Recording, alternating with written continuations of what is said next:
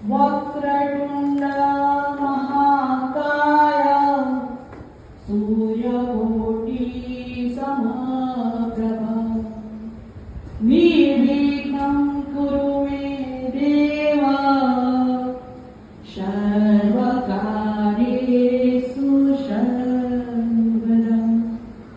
अर्थात हे वाकामुखवाळा, विशाळ कायावाळा, करोडो सूर्य समान प्रभा तेजवाळा गणपती मला सर्व कार्य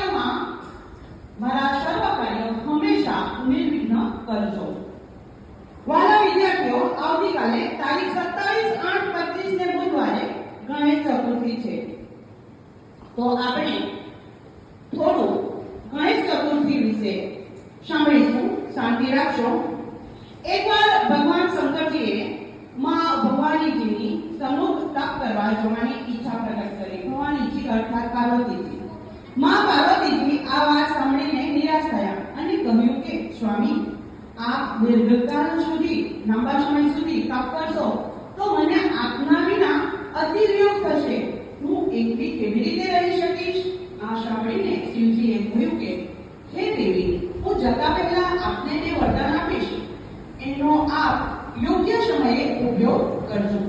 આ વરદાનમાં માં ઉમિયાએ પોતાના સિંહ અંગના પ્રસેદમાંથી એક પુત્ર બનાવ્યા, જેમાં બે વરદાનના પ્રતાપે બે બાળકો પ્રગટ કર્યા, એક દીકરી અને એક દીકરો। દીકરા અને દીકરીના કિલ્લોલથી ઘર ગુંજી ઉઠ્યું, વિયોગ દૂર થયો। એક સમયે ફરતા ફરતા શ્રી નારદ મુનિ ત્યાં પધાર્યા। આ બે બાળકોને જોઈને આશ્ચર્ય થયું। તેઓએ આ સમાચાર તપમાંથી જાગેલા શિવજીને આપ્યા। શિવજી ઘરે પધાર્યા ત્યારે મા પાર્વતી પોતાના પુત્રને ઘરના ઉંબરા ઉપર પહેરો ભરવા બેસાડી સ્નાન શાળામાં ગયા। શિવજીને અંદર જતા રોકવા આવ્યા। ક્રોધાવેશમાં આ બાળકનું ધડ મસ્તકથી ત્રિશૂળના એક જ પ્રહારથી અલગ કર્યું। આ જાણી મા ઉમાને અત્યંત તીવ્ર વિયોગ થયો। તે દુઃખી થઈ ગયા અને ત્યારબાદ સત્ય હકીકત શિવજીએ જાણી અને એમને પશ્ચાતાપ થયો। ગણોને વનમાં મોકલ્યા અને પહેલો હાથી મળ્યો તેની તેનું ધડ લાવીને એ ગણપતિના પર બેસાડીને તેમને સજીવન કર્યા। સર્વ ગણોના અધિપતિ બનાવ્યા, તેથી તેનું નામ ગણેશ પડ્યું। સર્વ શુભ કાર્યોમાં પ્રથમ પૂજા તેઓની કરવાનો નિર્ણય થયો। આ દિવસે ચંદ્ર દર્શનનો નિષેધ છે। આઝાદીની તરફની સાથે દેશપ્રેમીઓને એકજૂટ કરવા શ્રી બાલ ગંગાધર તિલકજીએ આ ઉત્સવને જન ઘર ઘર સુધી પહોંચાડી દીધો। અને એ સાથે આપણે થોડી બીજી માહિતી પણ જોઈશું।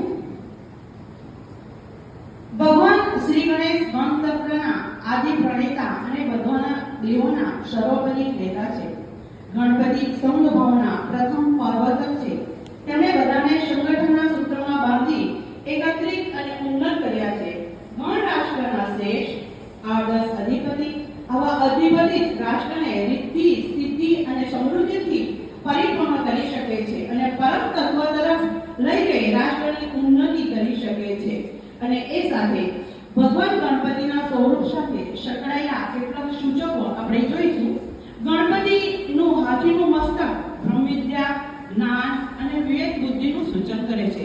ગણપતિના ઝીણા ઝીણા નેત્રો સૂક્ષ્મ નિરીક્ષણ શક્તિનું સૂચન કરે છે। એમના શુક્રા જેવા મોટા કાન વિશાળ શ્રવણ શક્તિ રાખવાનો બોધ આપે છે। કલ્યાણ પ્રાપ્ત કરવાની ઈચ્છાવાળાને બધું સાંભળવું એવું સૂચન કરે છે। ગણપતિ લંબોદર એટલે મોટા પેટવાળા છે। તે સર્વશ્રીભૂતિ રાખવી એવો બોધ આપે છે અને જગતમાં બધાને જ રહેવાનો અધિકાર છે, જીવવાનો અધિકાર છે એ સમજાવે છે। અને એ સાથે ગણપતિનું મહાન સુંદર મૂષક સૂચવે છે કે જ્યાં જરૂર હોય ત્યાં ગુપ્તતા રાખવી, પોતાની યોજના વિશે ગુપ્તતા રાખવી, એ વિશે મૌન રાખવું, વાણીનો સંયમ, વિવેક રાખવો, સુંદર સતત પ્રવૃત્તિશીલતા, પરિશ્રમનો પણ સૂચન કરે છે। અંતે શ્રી ગણેશ નમસ્કાર અસ્તુ।